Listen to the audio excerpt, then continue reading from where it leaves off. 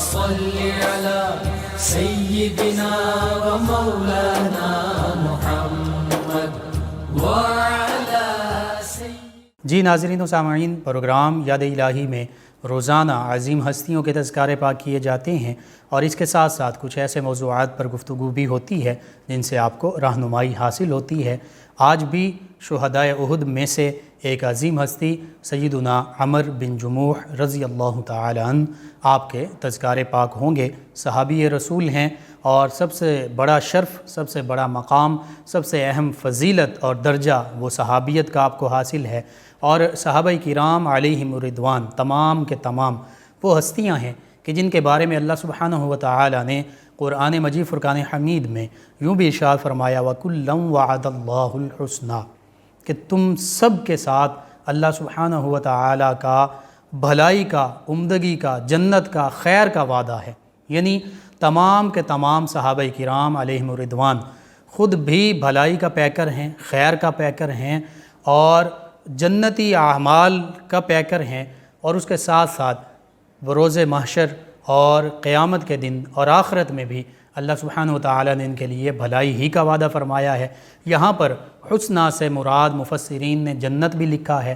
بھلائی بھی لکھا ہے، خیر بھی لکھا ہے۔ اور یہ صحابہ کرام علیہم الرضوان وہ ہستیاں ہیں کہ صحیح بخاری کی حدیث مبارکہ اس کے مطابق نبی رحمت صلی اللہ علیہ وآلہ وسلم نے جو ارشاد فرمایا، حدیث مبارکہ طویل، اس کا خلاصہ مختصراً میں عرض کر دیتا ہوں۔ نبی محتشم صلی اللہ علیہ وآلہ وسلم نے ایک موقع پر یوں ارشاد فرمایا کہ ایک زمانہ ایسا آئے گا کہ میرے صحابہ میں سے جنہوں نے میری زیارت کی ہے ان میں سے ایک ہستی موجود ہوں گی، اور مسلمان کفار کے مقابلے میں جنگ کے لیے نکلیں گے۔ مسلمانوں کی تعداد بھی کافی ہوگی، لشکر بھی عظیم ہوگا، لیکن فرمایا کہ میرے اس زیارت کرنے والے یعنی صحابی رسول ان کی اس فوج میں شمولیت کی وجہ سے، حتیٰ کہ وہ مسلمان کہیں گے کہ اے لوگو، کیا تم میں کوئی ایسی ہستی موجود ہیں جنہوں نے نبی کریم رؤوف الرحیم علیہ الصلاۃ والتسلیم کی زیارت کی ہوئی ہے، تو پھر وہ ہستی جو صحابی رسول ہیں وہ فرمائیں گے ہاں میں ہوں۔ تو وہ بڑھاپے کے عالم میں ہوں گے، وہ ضعیف ہوں گے، بظاہر ان کے بازو وہ ناتواں ہوں گے، کمزور ہوں گے، بظاہر وہ تلوار چلانے کے بھی قابل نہیں ہوں گے، لیکن اللہ کے پیارے حبیب مکرم صلی اللہ علیہ وآلہ وسلم ارشاد فرما رہے ہیں کہ اللہ سبحانہ و تعالی اس ہستی کے تصدق سے جس نے میری زیارت کی ہوگی، وہ مسلمانوں کے لشکر میں جب شامل ہوں گے تو اللہ سبحانہ و تعالی ان کے باعث تمام مسلمانوں کو، اس مسلمانوں کے لشکر کو فتح و نصرت عطا فرما دے گا۔ اور یہ حدیث مبارکہ صحیح بخاری میں باب من الضعفاء اس میں آئی ہے کہ جو ضعیف لوگ ہیں ان سے مدد کیسے حاصل کی جائے۔ اور ایک حدیث مبارکہ میں یہ بھی اللہ کے پیارے حبیب صلی اللہ علیہ وآلہ وسلم نے فرمایا کہ تمہیں رزق تمہارے ضعیف اور کمزور لوگوں کی وجہ سے دیا جاتا ہے۔ تو اگر رزق جو ہے وہ اللہ سبحانہ و تعالی ان ہمارے بزرگوں اور ضعیف لوگوں کی وجہ سے ہمیں عطا فرماتا ہے، تو اس حدیث مبارکہ میں جو باب من الاستعان من الضعفاء اس میں آئی ہے، اس میں یہ ہے کہ اللہ کے پیارے حبیب صلی اللہ علیہ وآلہ وسلم فرما رہے ہیں کہ چاہے وہ صحابی ضعیف بھی ہوں گے، وہ بڑھاپے کی عمر کو بھی پہنچ چکے ہوں گے، لیکن اللہ سبحانہ و تعالی ان کے تصدق سے، ان کے وسیلے سے تمام مسلمانوں کو فتح و نصرت عطا فرما دے گا۔ پھر یہاں پر بھی بس نہیں فرمایا، بلکہ آپ نے فرمایا پھر ایک صدی، پھر ایک عہد، پھر ایک زمانہ ایسا آئے گا کہ مسلمان کفار کے ساتھ جنگ لڑنے کے لیے میدان جہاد میں ہوں گے، تو پھر وہ پوچھیں گے کہ کیا کوئی ایسی ہستی موجود ہیں ہمارے درمیان جنہوں نے نبی کریم رؤوف الرحیم علیہ الصلاۃ والتسلیم کے صحابہ کرام علیہم الرضوان میں سے کسی کی زیارت کی ہوگی؟ تو پھر وہاں پر ایک موجود ہوں گی ہستی، وہ کہیں گے کہ ہاں میں تابعی ہوں، میں نے صحابہ کرام علیہم الرضوان کی زیارت کی ہے۔ تو اللہ کے پیارے حبیب صلی اللہ علیہ وآلہ وسلم فرماتے ہیں کہ وہ صحابی کی زیارت کرنے والے جو ہوں گے ان کی وجہ سے اللہ سبحانہ و تعالی تمام مسلمانوں کا جو لشکر ہے اس کو فتح و نصرت عطا فرما دے گا۔ اور پھر فرمایا پھر ایک عہد، ایک زمانہ ایسا آئے گا، ایک قرن ایسا آئے گا کہ مسلمان پھر کفار کے خلاف نبرد آزما ہوں گے، جنگ لڑ رہے ہوں گے، تو مسلمان کہیں گے کیا ہمارے درمیان کوئی ایسی ہستی موجود ہیں جنہوں نے صحابی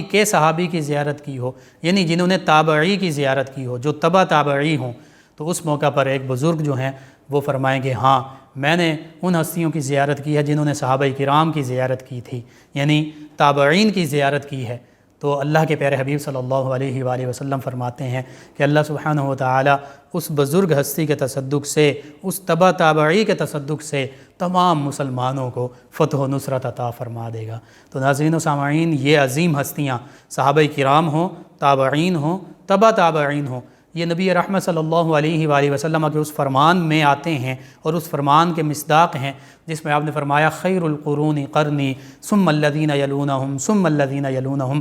ہمارے آقا و مولا صلی اللہ علیہ وآلہ وسلم نے ارشاد فرمایا کہ سب سے بہتر قرن، سب سے بہتر عہد، سب سے بہتر زمانہ میرا زمانہ ہے، یعنی نبی رحمت صلی اللہ علیہ وآلہ وسلم اور صحابہ کرام علیہم الرضوان کا عہد مبارکہ۔ پھر فرمایا ثم الذین یلونہم، پھر وہ زمانہ بہتر ہے، خیر والا زمانہ ہے جو اس زمانے کے ساتھ متصل ہے، یعنی تابعین کرام کا زمانہ۔ اور پھر فرمایا ثم الذین یلونہم، پھر جو ان کے ساتھ متصل ہیں ان کا زمانہ سب سے بہتر ہے، یعنی تبع تابعین۔ تو یوں ان تمام احادیث مبارکہ کو جب ہم اکٹھا کرتے ہیں تو ہمیں پتہ چلتا ہے کہ سب سے بہتر زمانہ بلا شک و شبہ نبی رحمت صلی اللہ علیہ وآلہ وسلم کا مبارک زمانہ تھا، صحابہ کرام علیہم الرضوان کا زمانہ تھا کہ اس جیسا عہد مبارکہ تاریخ انسانی نے اور فلک نے، زمین نے، آسمان نے، اس کائنات نے کوئی اور زمانہ نہیں دیکھا۔ اور پھر ان کے بعد خیر کا زمانہ، بھلائی کا زمانہ، بہتر زمانہ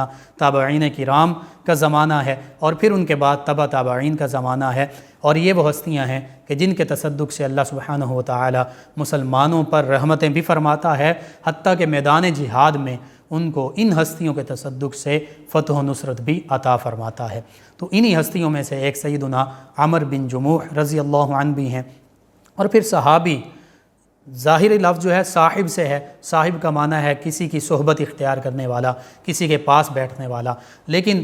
شرعی اصطلاح میں اس سے مراد یہ ہے کہ وہ ہستی جنہوں نے ایمان کی حالت میں نبی محتشم صلی اللہ علیہ وآلہ وسلم کی زیارت کی اور پھر ایمان ہی کی حالت میں اس دنیا سے تشریف لے گئے، وہ صحابی ہیں۔ اور تمام کے تمام صحابہ کرام علیہم الرضوان وہ ہستیاں ہیں کہ قرآن مجید فرقان حمید میں ایک مرتبہ نہیں کئی مقامات پر فرمایا رضی اللہ عنہم ورضوا عنہ، اور یہاں تک فرما دیا وَأَعَدَّ لَهُمْ جَنَّاتٍ تَجْرِي تَحْتَهَا الْأَنْهَارُ خَالِدِينَ فِيهَا أَبَدًا۔ فرمایا یہ وہ ہستیاں ہیں صحابہ کرام کہ یہ رضی اللہ عنہم ہیں، اللہ سبحانہ و تعالی ان تمام سے راضی ہے، ورضوا عنہ، اور یہ تمام کے تمام اللہ سبحانہ و تعالی سے راضی ہیں۔ تو وہ ہستیاں جو اللہ سے راضی اور اللہ جن سے راضی وہ صحابہ کرام علیہم الرضوان ہیں، اور انہی کے لیے اللہ نے فرما دیا کہ ان کے لیے جنتیں تیار کی گئی ہیں جن کے نیچے نہریں بہتی ہیں، جن کے نیچے نہریں رواں دواں ہیں، اور یہ ہمیشہ ہمیشہ ان میں رہیں گے، اور یہی سب سے بڑی کامیابی پانے والے ہیں۔ اور پھر نبی کریم رؤوف الرحیم علیہ الصلاۃ والتسلیم کہ یہ فرامین مبارکہ ایک نہیں کئی فرامین مبارکہ جن میں فرمایا کہ میرے صحابہ کرام علیہ الرضوان کو خیر کے ساتھ یاد کرو، ان کے بارے میں کوئی برا کلمہ نہ کہو، بھلائی کے ساتھ یاد کرو، حتیٰ کہ یہاں تک فرما دیا اللہ اللہ فی اصحابی، اللہ کو یاد کرو میرے صحابہ کرام علیہ الرضوان کے معاملے میں، اللہ کا جو حکم ہے اس کو مد نظر رکھو۔ اللہ کا حکم کیا ہے؟ اللہ کے حکم یہ ہے کہ قرآن مجید فرقان حمید میں جہاں بھی یا ایھا الذین آمنوا کا تذکرہ آیا، تقریباً 89 بار یا ایھا الذین آمنوا، اس پیارے خطاب سے اللہ سبحانہ و تعالی نے نبی کریم رؤوف الرحیم علیہ الصلاۃ والتسلیم کی امت جو ہے اس کو یاد فرمایا۔ لیکن یا ایھا الذین آمنوا کے اولین مصداق کون ہیں؟ سب سے پہلے کن کو اس لقب سے مخاطب کیا گیا؟ وہ صحابہ کرام علیہم الرضوان ہیں، اور حقیقت یہ ہے کہ ان سے بڑھ کر ایمان والا کوئی اور ہو نہیں سکتا۔ ایمان اور اسلام کی جتنی بھی صفات ہیں، جتنے بھی نمایاں اوصاف ہیں، ان کو آپ دیکھتے جائیے، چاہے عدل و انصاف ہے، چاہے زہد و تقوی ہے، چاہے عبادت ہے، چاہے سخاوت ہے، چاہے نبی رحمت صلی اللہ علیہ وآلہ وسلم کی اتباع اور پیروی ہے، جس وصف کو دیکھتے جائیے، شجاعت اور بہادری ہے، جنگوں میں لڑنا ہے، ایمان کی خاطر اپنی جان قربان کرنا ہے، ایمان پر ثابت قدم رہنا ہے، کوئی بھی اچھا وصف جو ہے اس کو آپ گنتے جائیے، اس کے کامل مقام پر جو فائز ہیں وہ صحابہ کرام علیہم الرضوان ہی ہیں۔ تو اس حوالے سے جب ہم دیکھتے ہیں تو حقیقت میں یا ایھا الذین آمنوا، ایمان کامل والی ہستیاں جو ہیں وہ صحابہ کرام علیہم الرضوان ہی ہیں، اور پوری کائنات میں تمام انبیاء و مرسلین علیہم الصلاۃ والتسلیم کی امتوں میں سے کسی کو بھی اس لقب سے نہیں بلایا گیا، اس لقب سے مخاطب نہیں کیا گیا، اتنے پیار بھرے محبت بھرے انداز سے مخاطب نہیں کیا گیا۔ یہ صحابہ کرام علیہم الرضوان ہی ہیں کہ جن کو اللہ سبحانہ و تعالی نے قرآن مجید فرقان حمید میں بارہا یا ایھا الذین آمنوا کے اس پیارے انداز کے ساتھ مخاطب فرمایا ہے۔ تو پھر ان صحابہ کرام کی عظمت اور رفعت اور شان کیا ہوگی، اور پھر ان کی ایک تو نبی کریم رؤوف الرحیم علیہ الصلاۃ والتسلیم کی انہوں نے براہ راست زیارت کی، یہ شرف کوئی اور نہیں پا سکتا، اور دوسرا جب نبی رحمت صلی اللہ علیہ وآلہ وسلم کی براہ راست زیارت کا شرف حاصل ہوا، معیت کا، رفاقت کا شرف حاصل ہوا، والذین آمنوا معہ کا شرف حاصل ہوا کہ جو آپ کے ساتھ ہیں یہ ایمان والے بھی ہیں اور یہ آپ کی معیت اور رفاقت اختیار کرنے والے بھی ہیں۔ تو اس موقع پر آج ہم دیکھتے ہیں، ہم دعویٰ بھی کرتے ہیں کہ ہم نبی رحمت صلی اللہ علیہ وآلہ وسلم کے غلام ہیں، ہم عاشق رسول ہیں، نبی کریم رؤوف الرحیم علیہ الصلاۃ والتسلیم سے محبت کرنے والے ہیں۔ تو پھر اس کی عملی تصویر اگر ہم دیکھنا چاہتے ہیں تو وہ صحابہ کرام علیہم الرضوان ہیں، کیسے انہوں نے نبی کریم رؤوف الرحیم علیہ الصلاۃ والتسلیم کی اتباع اور پیروی کی کہ اپنی جانیں بھی قربان کر دیں، لیکن دین اسلام سے اللہ اور اللہ کے پیارے حبیب مکرم صلی اللہ علیہ وآلہ وسلم کے احکامات اور تعلیمات سے سرے منہ بھی انحراف نہیں کیا، اور نبی کریم صلی اللہ علیہ وآلہ وسلم کے ساتھ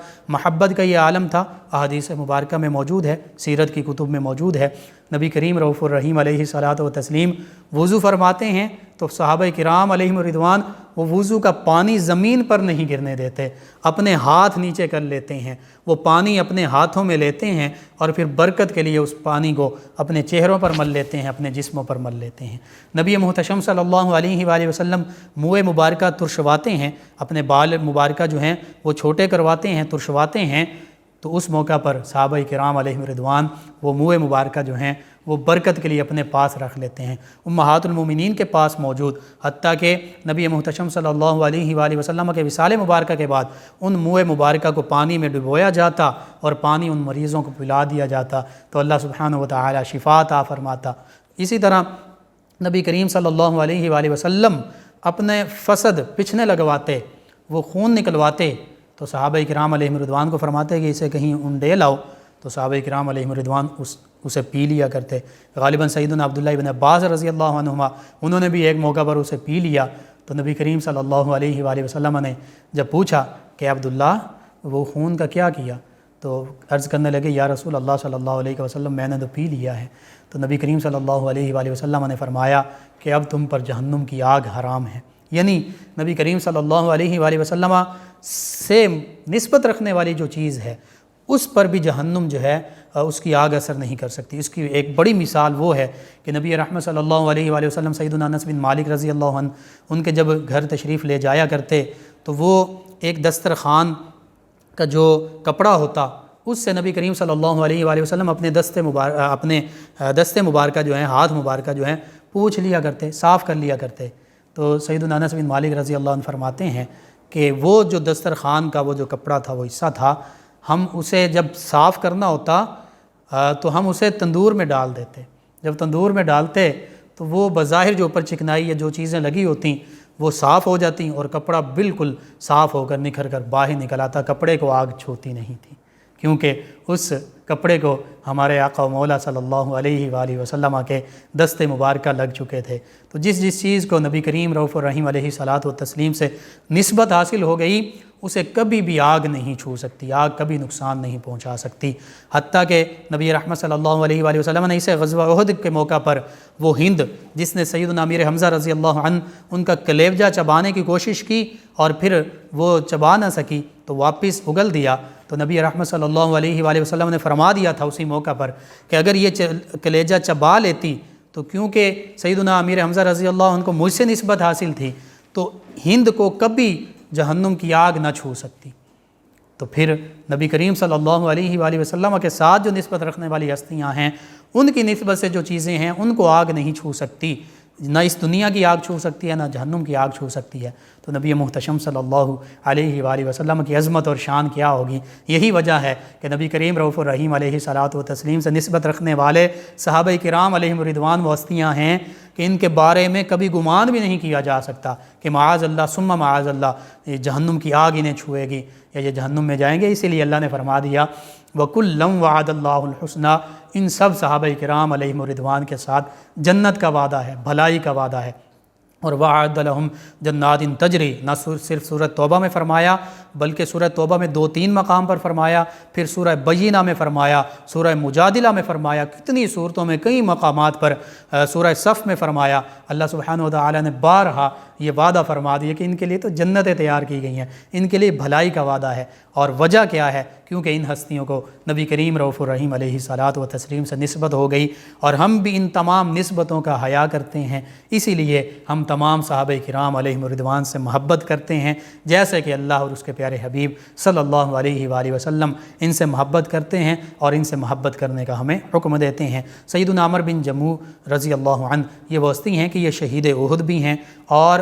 بنو سلمہ جو ہے، بنو سلمہ یا سلمہ جو قبیلہ ہے، اسی سے آپ تعلق بھی رکھتے ہیں، مدینہ طیبہ سے آپ کا تعلق ہے، اور مدینہ طیبہ کے جو قدیمی خاندان ہیں ان سے آپ کا تعلق ہے۔ اور پھر نبی کریم رؤوف الرحیم علیہ الصلاۃ والتسلیم کے دست مبارکہ پر ہی آپ نے اسلام کو قبول کیا، اور اسلام قبول کرنے کے ساتھ ساتھ اگرچہ 3 سال آپ اسلام کی حالت میں رہے، یعنی آپ نے پھر شہادت کا بلند مرتبہ پا لیا، لیکن ان 3 سالوں کے درمیان اور ان 3 سالوں کے دوران نبی رحمت صلی اللہ علیہ وآلہ وسلم اور دین اسلام کے لیے ہر قربانی دی، حتیٰ کہ غزوہ احد میں اپنی جان آفریں کے سپرد کر دی۔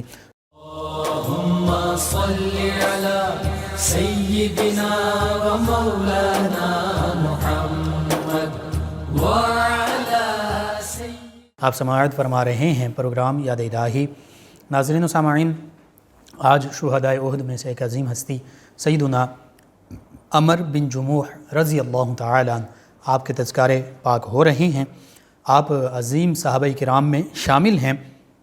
اور صحابہ کرام علیہم الرضوان کی عظمت اور شان تو یہ ہے کہ براہ راست نبی رحمت صلی اللہ علیہ وآلہ وسلم سے فیض یافتہ ہوئے، براہ راست نبی رحمت صلی اللہ علیہ وآلہ وسلم سے علوم حاصل کیے، تربیت پائی، اور پھر اپنی ساری زندگی نبی رحمت صلی اللہ علیہ وآلہ وسلم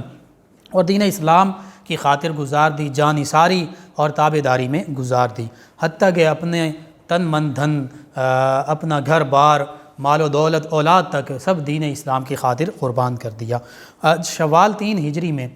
چونکہ کفار مکہ جو ہیں غزوہ بدر کا بدلہ لینے کے لیے مدینہ طیبہ کی جانب بڑھتے ہیں، تو اس موقع پر سیدنا عمر بن جموح رضی اللہ عنہ یہ بھی اسلامی فوج میں شامل ہیں۔ ان کا اگر پس منظر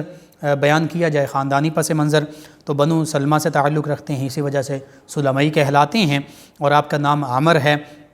عمر بن جموح رضی اللہ عنہ بنو ہاشم بن خزرج کی نسل سے ہیں، اور پورا سلسلہ نسب دیکھا جائے تو عمر بن جموح بن زید بن حرام بن کعب بن غنم بن کعب بن سلمہ۔ آپ کی بیوی کا نام ہند بنت عمر ہے، اور یہ ہند بنت عمر جو ہیں یہ بنو سلمہ کے سردار عبداللہ بن عمر بن حرام کی بہن ہیں۔ اور یہ عبداللہ کون ہیں؟ یہ جابر بن عبداللہ رضی اللہ عنہ کے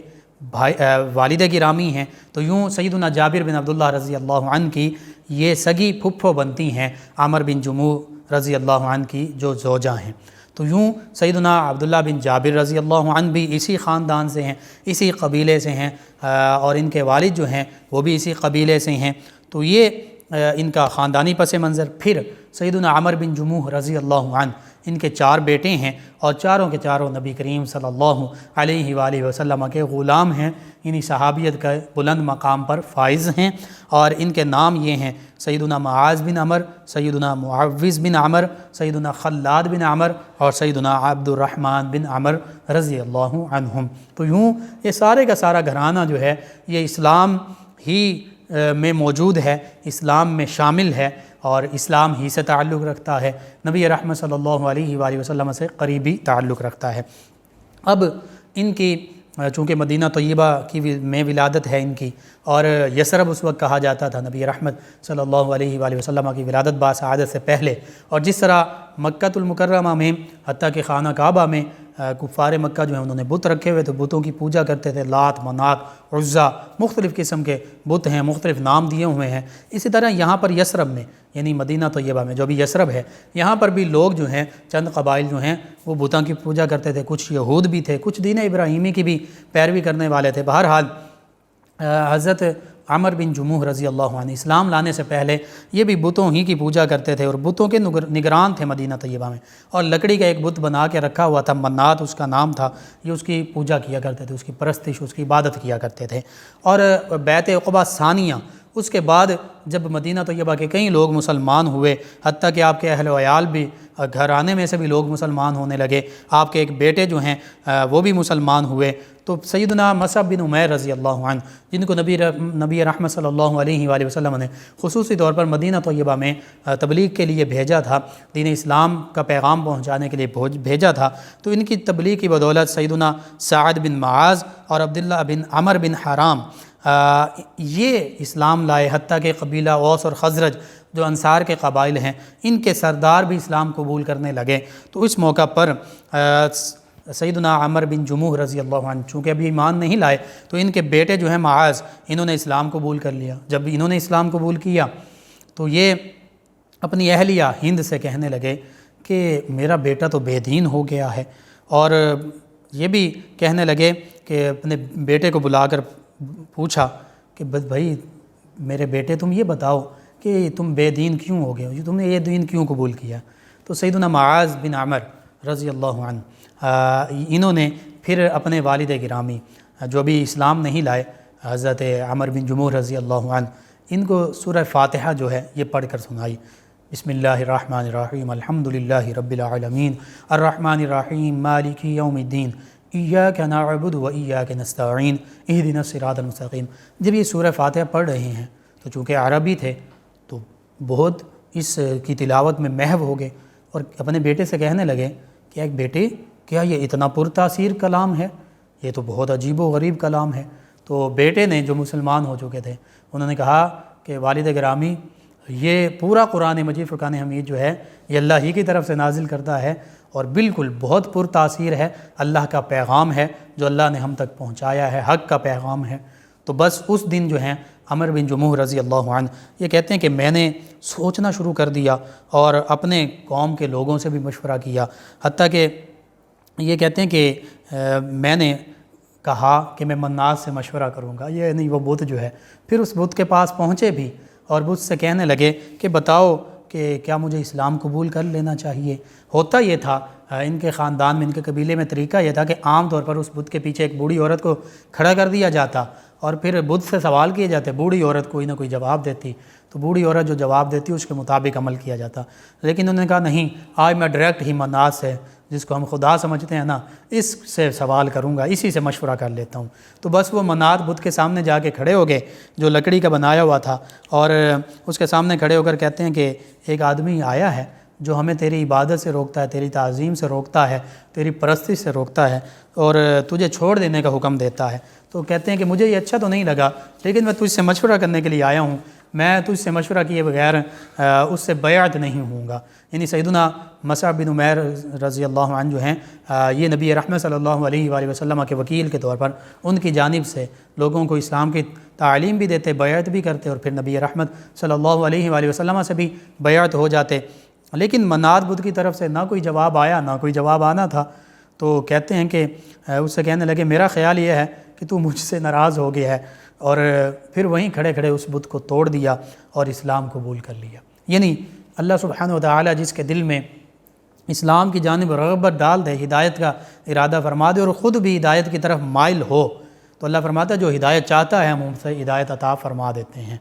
تو بس اس دن اسلام قبول کیا۔ جب اسلام قبول کیا تو اسلام لانے کے بعد انہوں نے اسلام کی عظمت اور شان میں چند اشعار بھی لکھے، جس میں اسلام کی عظمت بھی ظاہر ہوتی ہے، اللہ کی توحید بھی ظاہر ہوتی ہے، اللہ کے پیارے حبیب صلی اللہ علیہ وآلہ وسلم کی رسالت کی گواہی بھی دے رہے ہیں۔ اگر ان اشعار کو تفصیل کے ساتھ پڑھنا ہو تو سیر اعلام النبلاء میں پڑھ سکتے ہیں، اسد الغابہ میں پڑھ سکتے ہیں، الاصابہ فی تمیز الصحابہ میں پڑھ سکتے ہیں۔ مکمل ان کے تذکرے میں وہاں پر وہ اشعار عربی میں موجود بھی ہیں، ان کی تشریح، ترجمہ، تفصیل بھی موجود ہے۔ بہرحال چونکہ آپ اپنے خاندان کے سربراہ بھی تھے، سرداروں میں شامل تھے، روسا میں شامل تھے، اور اس حوالے سے بھی آپ مہمان نواز سے، آپ کے اخلاق کردار بہت اچھا تھا، مدینہ منورہ میں مشہور تھے۔ تو جب آپ کے خاندان بنو سلمہ کے کچھ لوگ نبی رحمت صلی اللہ علیہ وآلہ وسلم کے پاس حاضر ہوئے تو نبی کریم صلی اللہ علیہ وآلہ وسلم نے ان سے یہ دریافت بھی فرمایا کہ تمہارا ذمہ دار کون ہے، سربراہ کون ہے؟ تو انہوں نے کہا جد بن قیس، یہ تو ایک بخیل شخص ہے، یہ ہمارا سردار ہے۔ تو نبی کریم صلی اللہ علیہ وآلہ وسلم نے فرمایا کہ بخل سے بدتر کوئی چیز نہیں، اب تمہارے سردار عمر بن جموح رضی اللہ عنہ ہیں، چونکہ یہ اسلام لا چکے تھے اور اخلاق کے حوالے سے بھی بہت بہتر تھے، تو فرمایا کہ اب سے تمہارے سردار جو ہیں وہ عمر بن جموح رضی اللہ عنہ ہیں۔ یعنی اس حوالے سے ہمیں یہ بھی پتہ چلتا ہے کہ نبی رحمت صلی اللہ علیہ وآلہ وسلم نے ان کو بنو سلمہ جو قبیلہ تھا اس قبیلے کی سربراہی اور سرداری بھی عطا فرما دی۔ نبی کریم رؤوف الرحیم علیہ الصلوۃ والتسلیم کا یہ معمول مبارکہ تھا، آپ لوگوں کو بہت زیادہ عزت دیا کرتے تھے، اور خصوصاً وہ ہستیاں کہ جو اپنا تن من دھن دین اسلام کی خاطر قربان کر دیتے تھے، اس اخلاص کے ساتھ دین اسلام کو قبول کرتے تھے اور اخلاص کے ساتھ ایمان لے آتے تھے۔ اسی طرح غزوہ بدر کی آپ کی شرکت کے بارے میں اختلاف ہے، چند مورخین کہتے ہیں کہ آپ نے شرکت کی، چند کہتے ہیں نہیں شرکت کی، اور زیادہ صحیح بات یہ ہے کہ آپ شرکت نہیں کر سکے۔ اس کی وجہ یہ ہے کہ آپ کے جو صاحبزادے تھے انہوں نے آپ کے عرج کی بنیاد پر، چونکہ آپ کا پاؤں جو ہے اس میں تھوڑا سا لنگڑا پن تھا، تو پاؤں کی معذوری کی بنا پر انہوں نے کہا کہ ابا جان آپ گھر میں ہی تشریف فرما رہیے، ہم چاروں جو ہیں آپ کے بیٹے وہ اسلام کی خاطر لڑ رہے ہیں، میدان جہاد میں موجود ہیں۔ تو یوں نبی رحمت صلی اللہ علیہ وآلہ وسلم کے ساتھ غزوہ بدر میں تو نہیں شریک ہو سکے، لیکن جب غزوہ احد کا موقع آیا تو آپ کے دل میں بھی جہاد کا جذبہ یوں موجزن تھا کہ آپ نے سوچا کہ میں غزوہ بدر میں بھی شامل نہیں ہو سکا، حالانکہ جو معذور ہیں یا جو اس طرح ضعیف ہوتے ہیں یا خواتین ہیں، بچے ہیں، ان پر جہاد فرض نہیں ہے، ان کو اللہ تعالیٰ نے رخصت عطا فرمائی ہے۔ لیکن جذبہ جہاد کا ایسا شوق تھا، یہ صحابہ کرام کا جذبہ جہاد ہے، جذبہ شہادت ہے، کہ نبی رحمت صلی اللہ علیہ وآلہ وسلم کی بارگاہ میں حاضر ہوئے اور عرض کیا یا رسول اللہ صلی اللہ علیہ وسلم، میں غزوہ بدر میں بھی شامل نہیں ہو سکا اپنے اس عذر کی بنا پر، لیکن مجھے آج غزوہ احد میں شامل ہونے کے لیے اجازت دیجیے، اور میں چاہتا ہوں کہ میں غزوہ احد میں آپ کے ساتھ شامل ہو سکوں۔ حتیٰ کہ عرض کیا کہ یا رسول اللہ صلی اللہ علیہ وسلم، آپ یہ ارشاد فرمائیے کہ اگر میں اللہ کے راستے میں جہاد کرتا ہوا شہید ہو جاؤں تو میرے پاؤں کا لنگ جو ہے جنت میں ٹھیک ہو جائے گا اور مجھے جنت حاصل ہوگی؟ تو نبی کریم صلی اللہ علیہ وآلہ وسلم نے ارشاد فرمایا اور کیا، میں جنت میں، اور پھر یہ بھی انہوں نے عرض کیا کہ کیا میں جنت میں اس پاؤں سے چل سکوں گا؟ تو نبی کریم صلی اللہ علیہ وآلہ وسلم نے ارشاد فرمایا ہاں، تم جنت میں بھی جاؤ گے شہادت کے بلند رتبہ پا کر، حتیٰ فرمایا وہاں پر تمہارا پاؤں بھی ٹھیک ہو جائے گا۔ تو بس نبی کریم صلی اللہ علیہ وآلہ وسلم سے جب انہوں نے اجازت لی تو پھر جب یہ گھر سے روانہ ہوئے ہیں میدان احد کی طرف، تو انہوں نے اللہ کی بارگاہ میں ایک دعا بھی کی، ایک التجا بھی کی، اور وہ یہ تھی کہ اللہم لا تردنی الی اہلی، کہتے ہیں اللہ مجھے اب اپنے اہل و عیال کی جانب، اپنے گھر کی جانب واپس مت لوٹانا، یعنی مجھے شہادت کا بلند رتبہ عطا فرمانا۔ تو بس غزوہ احد میں بڑی جاں فشانی کے ساتھ لڑتے رہے، وہ پاؤں میں عذر بھی ہے لیکن اس عذر کو بھی اپنے سامنے نہیں لائے اور اس عذر کی بھی پرواہ نہیں کی۔ نبی رحمت صلی اللہ علیہ وآلہ وسلم نے ان کے لیے یہ بھی فرمایا کہ اللہ تعالیٰ نے تمہیں معذور کیا ہے، اگر تم میدان احد میں نہ بھی جاؤ تو کوئی حرج نہیں۔ تو آپ نے پھر دوبارہ خواہش کی تو پھر نبی کریم صلی اللہ علیہ وآلہ وسلم نے آپ کو اجازت دے دی۔ ابو طلحہ یہ فرماتے ہیں کہ میں نے عمر بن جموح رضی اللہ عنہ کو غزوہ احد میں لڑائی کرتے ہوئے دیکھا کہ یوں فخر کے ساتھ اور بڑی شان و شوکت کے ساتھ جا رہے ہیں، جیسے بیت اللہ کے پاس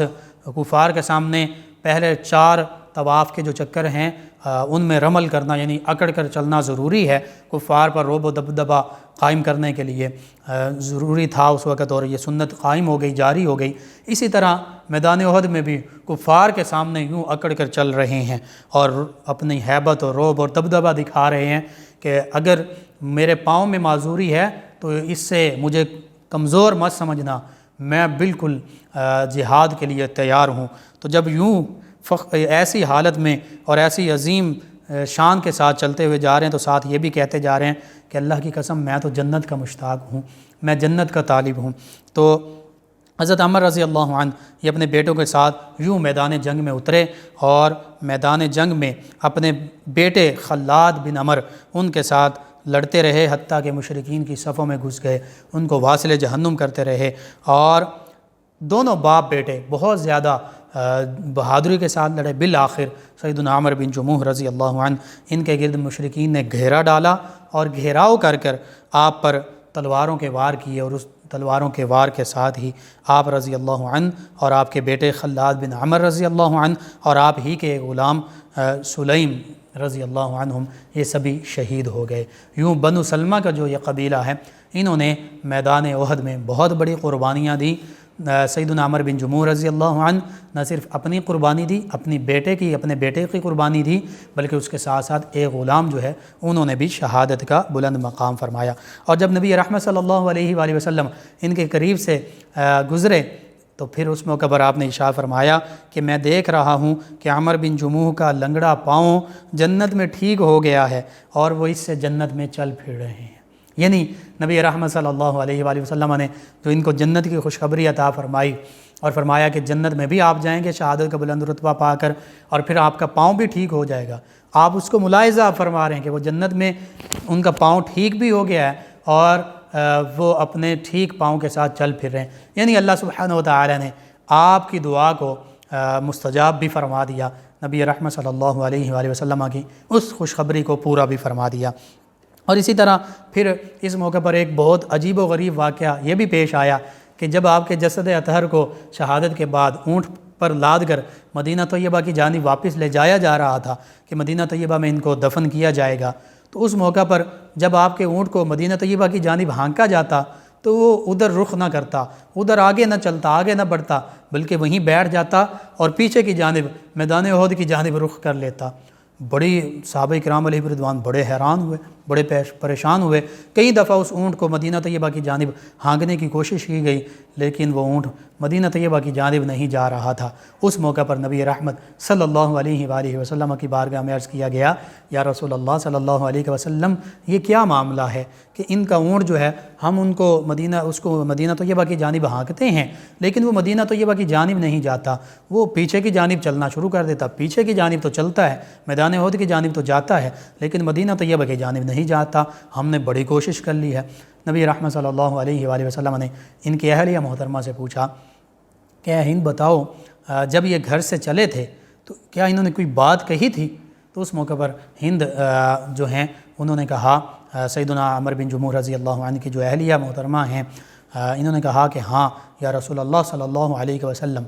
یہ گھر سے چلتے ہوئے یہ دعا کر رہے تھے، یہ التجا کر رہے تھے، اور ان کے زبان پر یہ الفاظ تھے، اللہم لا تردنی فی اہلی، کہ اللہ مجھے الی اہلی، مجھے اپنے اہل کی جانب کبھی نہ لوٹانا، مجھے اب اپنے اہل و عیال کی جانب نہ لوٹانا۔ فرمایا بس یہی وجہ ہے، اللہ سبحانہ وتعالی نے ان کی دعا، ان کی یہ التجا قبول کر لی ہے کہ اب یہ مدینہ طیبہ کی جانب اونٹ جو ہے وہ اللہ کے حکم پر مامور ہے، وہ اللہ کے حکم کا پابند ہے، اونٹ مدینہ طیبہ ان کو نہیں لے جائے گا، بس ان کو بھی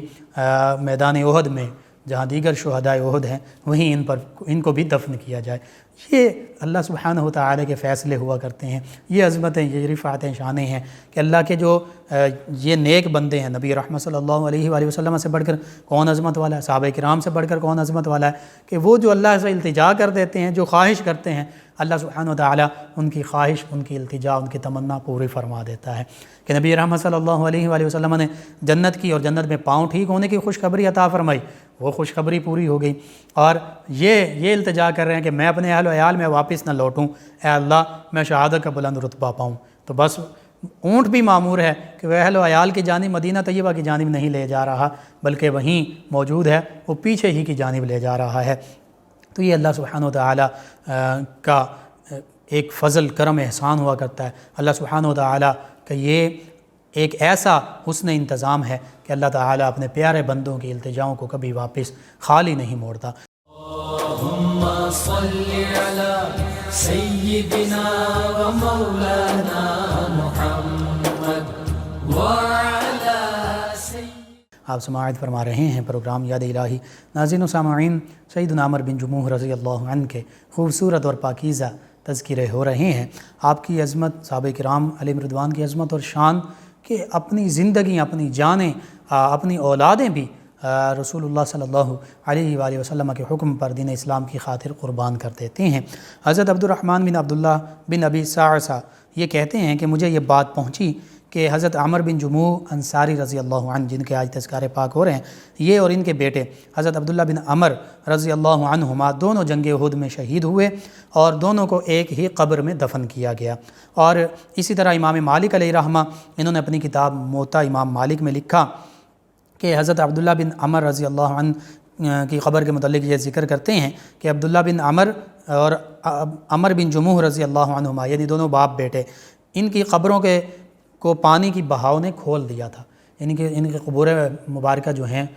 پانی آیا تو پانی کے بہاؤ کی وجہ سے کھل گئیں، اور جب کھلیں تو لوگوں نے دیکھا کہ ان دونوں صحابہ کرام علیہم رضوان کے اجساد مبارکہ بالکل صحیح سلامت ہیں، تر و تازہ ہیں، بالکل فریش ہیں، ایسا ہی لگتا ہے جیسے یہ آرام فرما رہے ہیں، لیٹے ہوئے ہیں، سوئے ہوئے ہیں۔ اور پھر جب ان کے اجساد مبارکہ کو وہاں سے منتقل کیا گیا، قبروں کو کھودا گیا، تو اس موقع کو اور ان ہستیوں کی جو ہے کئی لوگوں نے، کئی مسلمانوں نے زیارت کی۔ اسی طرح ان کی جب یہ زیارت کی گئی، قبور اطہار کو کھولا گیا، تو یہ ان کی شہادت کو گزرے ہوئے تقریباً 46 سال کا عرصہ گزر چکا تھا۔ تو پھر ہمیں سمجھ آتی ہے واقعتاً وَلَا تَقُولُوا لِمَنْ يُقْتَلُ فِي سَبِيلِ اللَّهِ أَمْوَاتٌ بَلْ أَحْيَاءٌ وَلَكِنْ لَا تَشْعُرُونَ، کہ اللہ کے راستے میں جو شہید کیے جاتے ہیں مردہ نہ کہو، وہ زندہ ہیں، ہمیں شعور نہیں۔ اور بَلْ أَحْيَاءٌ عِنْدَ رَبِّهِمْ يُرْزَقُونَ، ان کے بارے میں گمان بھی نہ کرو کہ مردہ ہیں، وہ زندہ ہیں اور انہیں رزق دیا جاتا ہے۔ تو یہ رزق دیا جا رہا ہے تو ان کے جسم بھی صحیح سلامت ہیں، وہ زندہ ہیں تو ان کے جسم صحیح سلامت ہیں۔ یہ اللہ سبحانہ وتعالی نے شہداء کو عظیم زندگی عطا فرمائی ہے۔ اور پھر ناظرین و سامعین یہ دیکھیے، سیدنا عمر بن جموح رضی اللہ عنہ، اگرچہ 3 سال کا ان کو زمانہ ملا کہ جس میں یہ اسلام کی دولت سے مشرف رہے اور پھر شہادت کا، کیونکہ جلد ہی شہادت کا بلند رتبہ پایا، تو 3 سال اس میں انہوں نے دین اسلام کی ہر حوالے سے خدمت کی۔ ان کے بیٹے جو ہیں انہوں نے شہادت کا بلند رتبہ پایا، پھر دیگر غزوات میں باقی بیٹے بھی شامل ہوئے، حتیٰ کہ اپنی جان بھی دین اسلام کی خاطر قربان کر دی۔ تو یوں ہمیں پتہ چلتا ہے کہ صحابہ کرام علیہم رضوان وہ ہستیاں ہیں جو نڈر ہیں، جو بے خوف ہیں، جنہوں نے اسلام کی خاطر، مسلمانوں کی خاطر اور مظلوم لوگوں کی خاطر اپنی جانیں بھی قربان کر دیں، اور ہمیں بتا دیا کہ آج بھی انہی کے اسوہ کاملہ پر اگر ہم عمل پیرا ہوں گے، ان کی پیروی کریں گے، تو اللہ سبحانہ وتعالی اسلام کو بھی سربلندیاں عطا فرمائے گا، مسلمانوں کی بھی سربلندیاں عطا فرمائے گا۔ لیکن اگر ہم ان کے برعکس ہوں گے، ان کی سیرت کی پیروی نہیں کریں گے، اور وہ جذبہ جہاد، وہ شوق شہادت ہمارے اندر نہیں موجود ہوتا، نہیں پنپتا، اور اس کے مطابق تمام امت مسلمہ اتفاق اور اتحاد نہیں کرتی، اتفاق اور اتحاد کے ساتھ مسلمانوں کے لیے، مظلوم مسلمانوں کے لیے، کشمیری، فلسطینی، دیگر ممالک کے مسلمانوں کے لیے اکٹھے ہو کر نہیں لڑتی، تو پھر اسلام کا شیرازہ یوں ہی بکھرتا رہے گا۔ وہ ہمیں ڈیوائیڈ اینڈ رول کے مطابق ہمیں تقسیم بھی کرتے رہیں گے، ہم پر حکومت بھی کرتے رہیں گے۔ تو ضرورت آج اس امر کی ہے کہ تمام امت مسلمہ، چاہے وہ عربی ہوں، اجمی ہوں، چاہے وہ گورے ہوں، کالے ہوں، مسلمان انما المؤمنون اخوہ، وہ بھائی بھائی ہیں۔ فاصلحوا بین اخویکم، آپس میں صلح ہونی چاہیے، اور صلح کے بعد اتفاق اور اتحاد کے ساتھ تمام استعماری طاقتوں کے خلاف برسر پیکار ہونا چاہیے، آپس میں نہیں لڑنا چاہیے۔ استعماری طاقتیں تو چاہتی ہیں کہ ان کو آپس میں لڑاؤ اور ان پر حکومت کرو، کہیں وہ لسانی تفریق پیدا کرتی ہیں، کہیں وہ فرقہ واریت کے ذریعے ہمیں لڑوانا چاہتی ہیں، کہیں مذہبی تفریق پیدا کرتی ہیں، کہیں طبقاتی تفریق پیدا کرتی ہیں، اعلیٰ ادنیٰ امیر غریب، کہیں سماجی تفریق پیدا کرتی ہیں، کہیں لسانی تفریق کہ یہ عربی ہے، یہ اجمی ہے، یہ سندھی ہے، یہ بلوچی ہے۔ تو یہ ساری تفریقیں ہم میں پیدا کی جا رہی ہیں، یہ گورا ہے، یہ کالا ہے۔ تو ان امتیازات اور تفریقوں کو ہم نے مٹا دینا ہے۔ ہم سب مسلمان ہیں، متفق اور متحد ہونا ہے، صحابہ کرام علیہم رضوان، نبی رحمت صلی اللہ علیہ وآلہ وسلم کے اسوہ کاملہ پر عمل پیرا ہونا ہے۔ اگر ہم آج بھی ان چیزوں پر عمل پیرا ہو جائیں اور حقیقی مومن بن جائیں، اور استعماری طاقتوں کے سامنے سینہ سپر ہو جائیں، سیسا پلائی ہوئی دیوار بن جائیں، تو دنیا کی کوئی طاقت مسلمانوں کو کہیں بھی شکست نہیں دے سکتی۔ کشمیر کے مسلمانوں کو بھی فتح و نصرت مل سکتی ہے، آزادی مل سکتی ہے۔ فلسطین، کشمیر، یمن، افغانستان، عراق، شام، تمام مسلمانوں کو